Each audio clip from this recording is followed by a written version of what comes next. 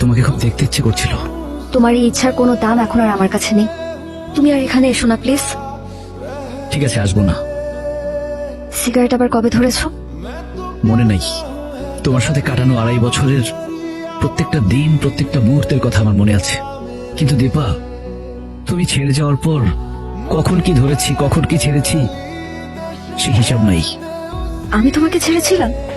আর এভাবে ভিজতেছো বা কেন? বৃষ্টিতে ভেজার সুবিধা কি জানো দীপা? চোখের জল আর বৃষ্টির জল বাইরে থেকে আলাদা করে চেনা যায় না।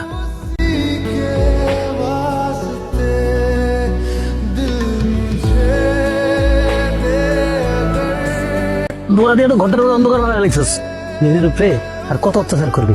জ্ঞান দিতে এসেছিস, আমি এখন এসব জ্ঞানের ঊর্ধ্বে। কাজে জ্ঞান দিয়ে নিজের এনার্জি নষ্ট করবি না। এই এক জীবনে তুই আমার কম জ্ঞানের কথা শোনাস নাই, আর আমি এখন কিছু কইলেই তোর জ্বলে না? হ্যাঁ জ্বলে। তোরা দেখলেও আমার গা জ্বলে। শুধু তোরে না, আমার আশেপাশে যারা ভালো আছে তাদের কাউরে আমার সহ্য হয় না।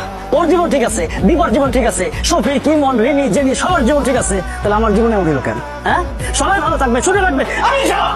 দীপা কি নিজের থেকে তোর লোকের সম্পর্ক শেষ করছে না তুই বাধ্য করছিলি? জাকি কি তুই মারবি আমারে? হ্যাঁ মার মার। সারা 3 মাস দিয়ে আমাদের কুত্তার মতো ব্যবহার করতেছস। কেন করতেছস? এত কথা কস, এত অপমান করস, তারপর আমি তোর ছেড়ে যাই না। এর মূল্য তুই বুঝস?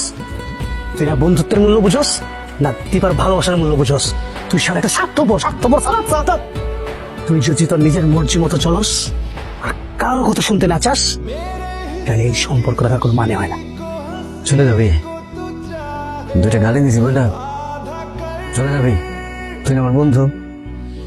বন্ধু দেখেই তোর এই কষ্ট আমি মেনে নিতে পারতেছি না। আল্লাহর দোহাই লাগে, আর পাকলামি করিস না। মনটা একটু শান্ত কর প্লিজ। কি করছো তুমি? আমাকে ফলো করতেছো? সরি। সরি? তুমি আমার সাথে যা করছো তোমাকে ক্ষমা করতে আমার ইচ্ছা করে না। আমি তোমাকে ছাড়া থাকতে পারতেছি না দীপা। এটা তো তোমার আগে বোঝা উচিত ছিল।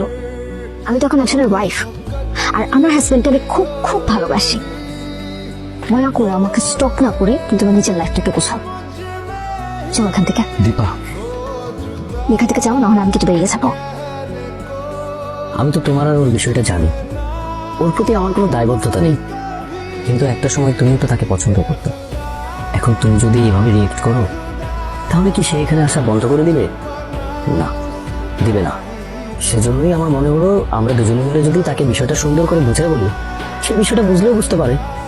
আর একটা মানুষ প্রতিটা দিন যদি বাসার সামনে এসে এভাবে দাঁড়ায় থাকে, তাহলে লোকজন দেখলেও তো এটা খারাপ দেখায়, তাই না?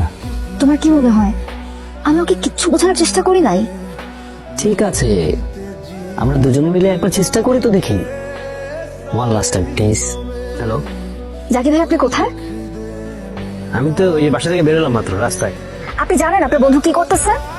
হ্যাঁ জানি, আমি ওর অনেক বোঝানোর ট্রাই করছি, কিন্তু শুনেন জাকির ভাই, আপনি ওকে বলে দিবেন ও যদি আর একবার আমার বাসার সামনে আসে কিংবা কোনোভাবে আমার সংসারে কোনো ধরনের ঝামেলা সৃষ্টি করতে চায়, আমি কিন্তু ভুলে যাবো ওর সাথে আমার কোনোদিন কোনো সুসম্পর্ক ছিল।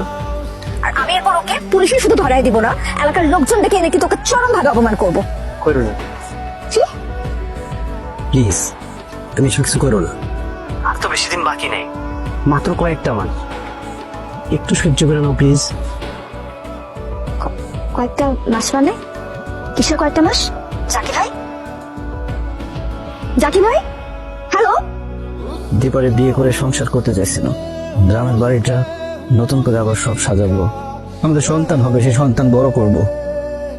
আচ্ছা 3 মাসে তো এগুলো হবে না, তাই না দোস্ত? এই 3 মাস দিয়ে আমি কি করবো বল? দোস্ত এগুলো কি কইতেছস? তোর ক্যান্সারের রোগীর নিকে আমি শিওর এই রিপোর্টে ভুল আছে, আমরা টেস্ট করলাম। চল। আমি অনেক দোয়া করছিলাম যাতে রিপোর্টটা ভুল আসে, কিন্তু আচ্ছা দোস্ত, আমি আব্বা আম্মা দীপা কি করে জানাবো এই কথা বল? দোস্ত কি কইতেছস তুই? ক্যান্সারের চিকিৎসা দোস্ত, চলে আমরা বিদেশে যাবো, বিদেশে চিকিৎসা করাবো দোস্ত। লাভ নাই, লাস্ট স্টেজ। জানবি না জাকি, তোর কান্দে না করতেছি।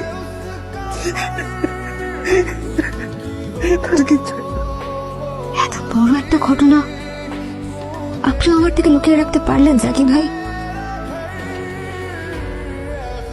কি করবো বলো? অন্তর কঠিন নিষেধ ছিল। ওর কপালটাই খারাপ, আল্লাহর কপাল খালি কষ্টই দেখছে। তাহলে বলো, সেই মানুষটার 3 মাসের মধ্যে পৃথিবী ছেড়ে চলে যাওয়ার কথা, সে এখন কিভাবে বেঁচে আছে?